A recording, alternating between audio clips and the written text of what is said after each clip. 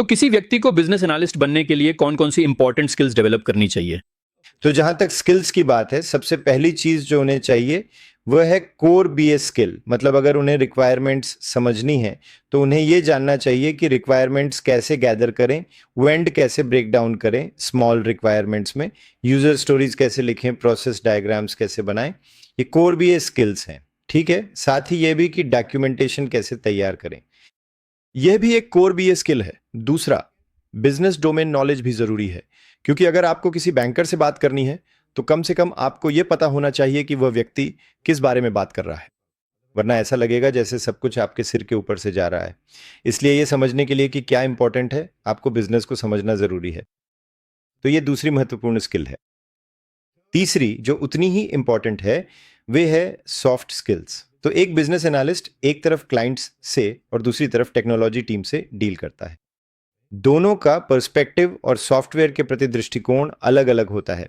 उनसे सही तरीके से कम्युनिकेट करने के लिए आपको interpersonal skills, presentation skills, negotiation skills जैसी कई महत्वपूर्ण सॉफ्ट स्किल्स की आवश्यकता होती है। बिल्कुल सही। तो ये 3 प्राइमरी स्किल्स हैं। Knowledge on F SQL additional benefit है, जो कि कई बार बहुत ही वैल्यूएबल साबित हो सकता है। हर जॉब में ज़रूरी नहीं है, लेकिन ये हमेशा बहुत मददगार साबित होता है। राइट, तो वे कौन सी ट्रांसफरेबल स्किल्स हैं जो विशेष रूप से इस रोल में अच्छी तरह से काम आती हैं? तो ट्रांसफरेबल स्किल्स का मतलब ये होता है कि अगर आप नॉन आईटी बैकग्राउंड से आ रहे हैं या फिर सेल्स बैकग्राउंड से आ रहे हैं और आप बिजनेस एनालिस्ट बनना चाहते हैं, तो क्या ऐसी कोई स्किल्स हैं जो आपने अपने पिछले अनुभव में सीखी है? तो ये ट्रांसफरेबल स्किल्स होती हैं, लेकिन ये मुख्य रूप से सॉफ्ट स्किल्स जैसे कि communication skills, problem solving ability और डोमेन नॉलेज से जुड़ी होती हैं। फॉर एग्जाम्पल, मान लीजिए कोई व्यक्ति सेल्स पर्सन है, तो एक सेल्स प्रोफेशनल क्या करता है, वह क्लाइंट से बातचीत करता है ताकि वह समझ सके कि उनकी प्रॉब्लम्स क्या है, उनकी नीड्स क्या हैं और किस तरह से उनकी प्रॉब्लम्स को सॉल्व किया जा सकता है। राइट। तो आप वास्तव में बिजनेस डेवलपमेंट में हैं, है ना? तो आप किसी ऐसे व्यक्ति से बात करते हैं जो बिजनेस एनालिस्ट बनना चाहता है।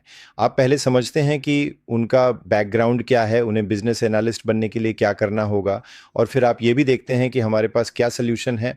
हमारे पास एक ऐसा प्रोग्राम है जो उन्हें बिजनेस एनालिस्ट बनने में मदद कर सकता है, और आप उन्हें डिटेल में बताते हैं कि यही आपको करना चाहिए। अगर कोई आपसे पूछता है कि क्या वे सीबीपी के लिए एलिजिबल हैं, तो आप उनकी पूरी प्रोफाइल देखते हैं और कहते हैं नहीं, आप एलिजिबल नहीं हैं, तो बेसिकली आप उन्हें एक सॉल्यूशन दे रहे हैं, वही सॉल्यूशन जो वे ढूंढ रहे हैं और जिसकी उन्हें आवश्यकता है। ठीक है, तो ये एक ट्रांसफरेबल स्किल है, क्योंकि यही काम बीए भी करते हैं। वे क्लाइंट से बात करते हैं, उनकी समस्या को गहराई से समझते हैं और कहते हैं ठीक है, हम आपके लिए ये कर सकते हैं। तो यह एक बहुत ही महत्वपूर्ण ट्रांसफरेबल स्किल है। दूसरा उदाहरण मान लीजिए, कोई व्यक्ति बैंक में काम कर रहा है और वे फ्रंट ऑफिस में क्लाइंट से डील कर रहे हैं। तो वे समझते हैं कि बैंकिंग सॉफ्टवेयर कैसे काम करता है, वे बैलेंस देखते हैं, वे फॉरेन एक्सचेंज की आवश्यकताएं देखते हैं। तो वे क्लाइंट के साथ बहुत सारी बातचीत करते हैं और वे समझते हैं कि बैंक के प्रोसेसेस कैसे होते हैं। तो यह एक डोमेन नॉलेज है।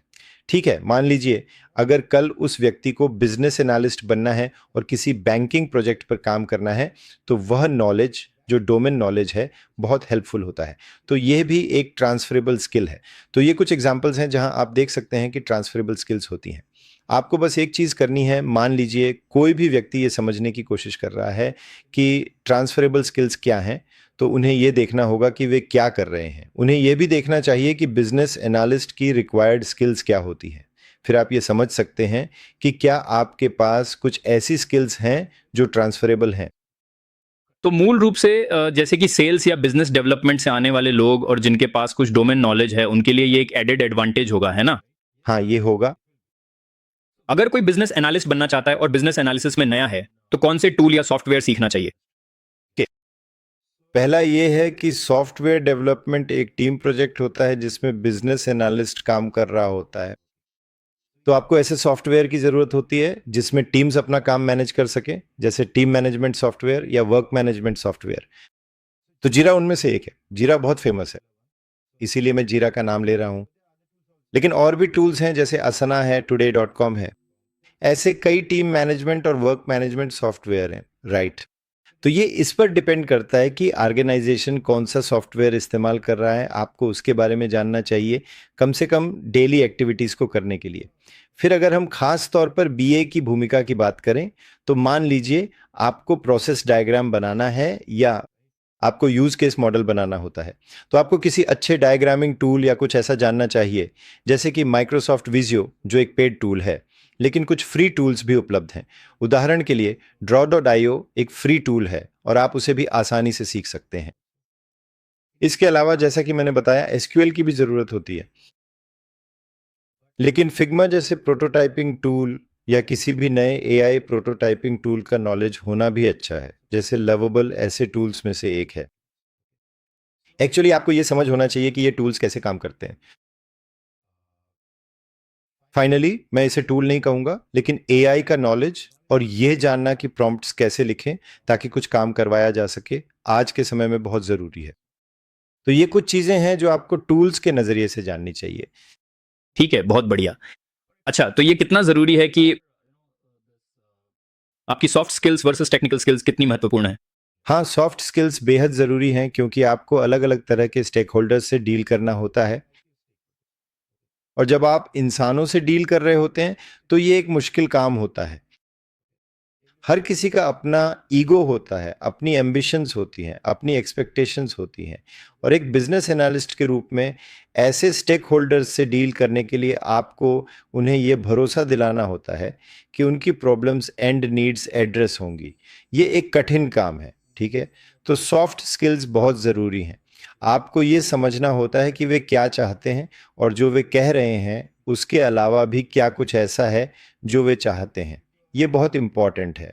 दूसरा, अगर आप उनसे बात कर रहे हैं और ये जानने की कोशिश कर रहे हैं कि उनकी आवश्यकता क्या है, तो मीटिंग्स फैसिलिटेट की जाती हैं। इसका मतलब ये है कि यह सिर्फ एक इंटरव्यू नहीं है, बल्कि आप उनकी मदद भी कर रहे हैं कि वे जवाब दे सकें। तो फैसिलिटेशन रिक्वायरमेंट्स समझने में बहुत ज़रूरी है। दूसरा, आपको सुनना और समझना होता है कि कोई क्या कह रहा है। सिर्फ सुनना काफ़ी नहीं है, आपको समझना भी है ताकि आप सवाल पूछ सकें। तो एक्टिव लिसनिंग ये भी एक बहुत ज़रूरी सॉफ्ट स्किल है। तो ये कुछ ऐसी बातें थीं जहां मुझे लगता है कि सॉफ्ट स्किल्स आपके कोर बिजनेस एनालिस्ट स्किल्स जितनी ही महत्वपूर्ण है। बिल्कुल, इसमें कोई शक नहीं है।